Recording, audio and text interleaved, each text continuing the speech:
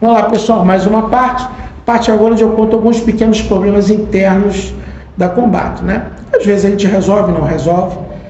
Nem sempre eu vou falar o final, mas vocês verem o tipo de problema que a gente pode ter por lidar com pessoas. Pessoas são imprevisíveis, né? Pessoas criam problemas também, não são máquinas. Máquinas não tem problema, ou você resolve ou você não resolve. Eu digo isso porque eu sou profissional de informática, ou era, né? Porque eu larguei há muitos anos.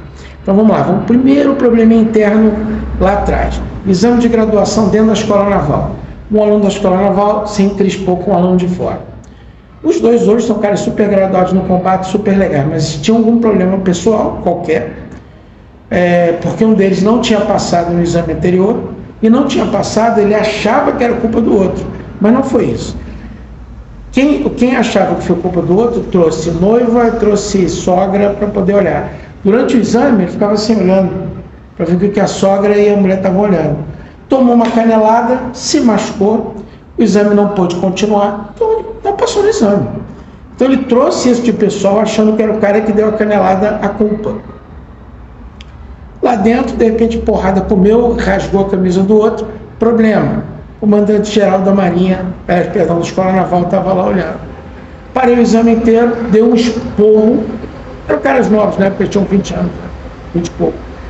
Deu um esporro, tudo passou, e os caras são amigos até hoje. Essas coisas acontecem, entendeu? Então é um tipo de problema pequeno. Agora era aluno, agora vamos dizer problemas um pouco maiores, tá? Vamos dizer assim, eu não gosto da ideia de obediência ao chefe, eu sou chefe de ninguém, né? Combater uma empresa, o cara faz parte ou não faz parte, mas existem coisas que colocam as pessoas em risco. Uma delas é a parte do batizado de exame. Como é que era o batizado antes? Tá? O batizado no combate antes era uma brincadeira. Eu falava, não, você vai ver no batizado, vai ver, todo mundo ficava naquele suspense, botava todo mundo sentado de costas, né? De frente para a parede, mas de costas para o tatame, chamava os graduados, levantava o primeiro, levanta aí.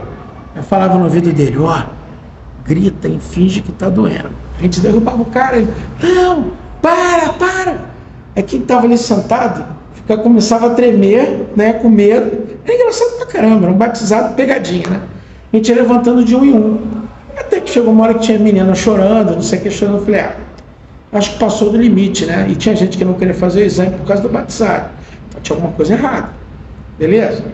Aí passamos para uma etapa 100, depois a etapa de pescotapa, depois a gente passou para uma outra etapa que era, vamos lá, segura aí. Dava ou uma canelada com força na coxa, ou um pisão no abdômen, um soco no peito, e o cara aguentava e ficava por isso mesmo. Só que tem uma questão, começou a aparecer alunos mais velhos, alunos de 45 anos e tal, foi o meio que o combate se fixou, né, dali para cima, e o pessoal falou assim, pô, mestre, não tem sentido eu fazer uma defesa pessoal, na qual, num batizado, eu recebo pancada e não posso me defender, verdade? E algumas pessoas reclamaram, ao ônibus aí, reclamaram do excesso de pancada que dois instrutores estavam dando, estavam exagerando. Então eu falei com os dois instrutores, um ouviu claramente, o outro não. Foi uma coisa assim, bem, né, não. O outro, cara, o que aconteceu foi o seguinte, mestre, não pode não, então tá.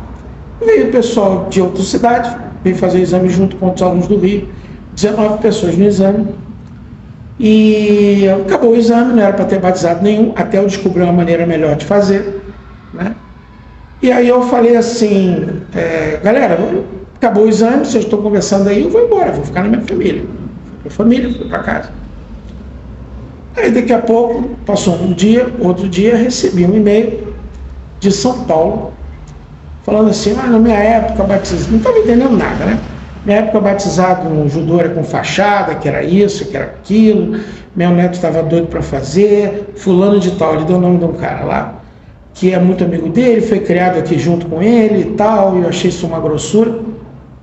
Aí eu olhei o nome do cara, era um aluno dessa outra cidade que veio, né? Aconteceu alguma coisa. Aí eu cheguei para o instrutor responsável pelo exame, né, junto comigo, que eu saí e deixei ele lá. Fulano, o que aconteceu sábado? Por quê? Só vou dar mais uma chance, cara. Se você não responder, você pode ir embora. O que aconteceu, sabe? Aí ele contou. No que ele contou, o próprio instrutor, que não era ele, o instrutor do rapaz que veio, deu um soco no peito do cara, o cara passou mal, caiu sentado numa cadeira e não vou falar o resto que aconteceu. Passou mal. O avô ficou revoltado com todo direito, o garoto está certo com todo direito, o combate estava errado, mas na verdade o errado não foi eu, fui eu. Foi o instrutor responsável. Então o que acontece? A responsabilidade, eu tenho que ficar em cima das pessoas que não têm, às vezes, um discernimento certo sobre certo e errado, que às vezes pode fazer alguma coisa. Então o que eu fiz? Eu limei praticamente todo mundo que tinha algum tipo de risco sobre isso. E né, isso foi muito, eu fiquei muito magoado com a atitude desse instrutor na época, mas a história passou. E aí o que acontece? Brincadeiras, coisas assim, elas têm que ser exterminadas.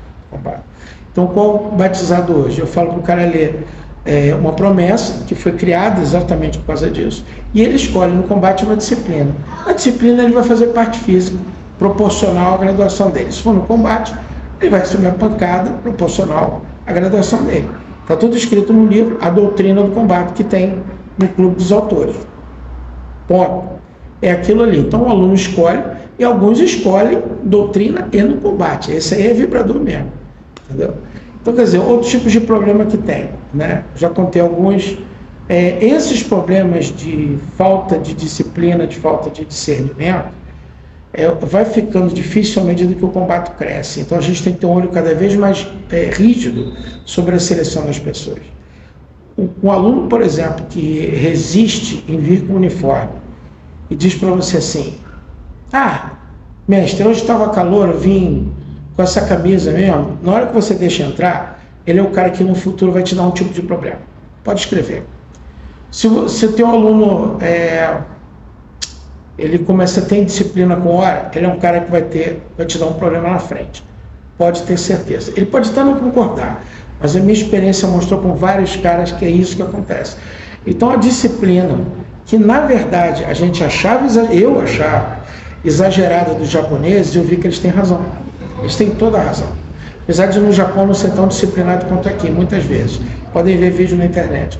Eles têm toda a razão. O aluno fazer parte tem que ter disciplina correta, perfeita. Gera problemas. O cara que tem problema de indisciplina, que ele vai dar problema na frente de uma forma ou de outra. Tá? Ok, pessoal, vamos ficar para o próximo vídeo aí. Obrigado pela paciência, hein?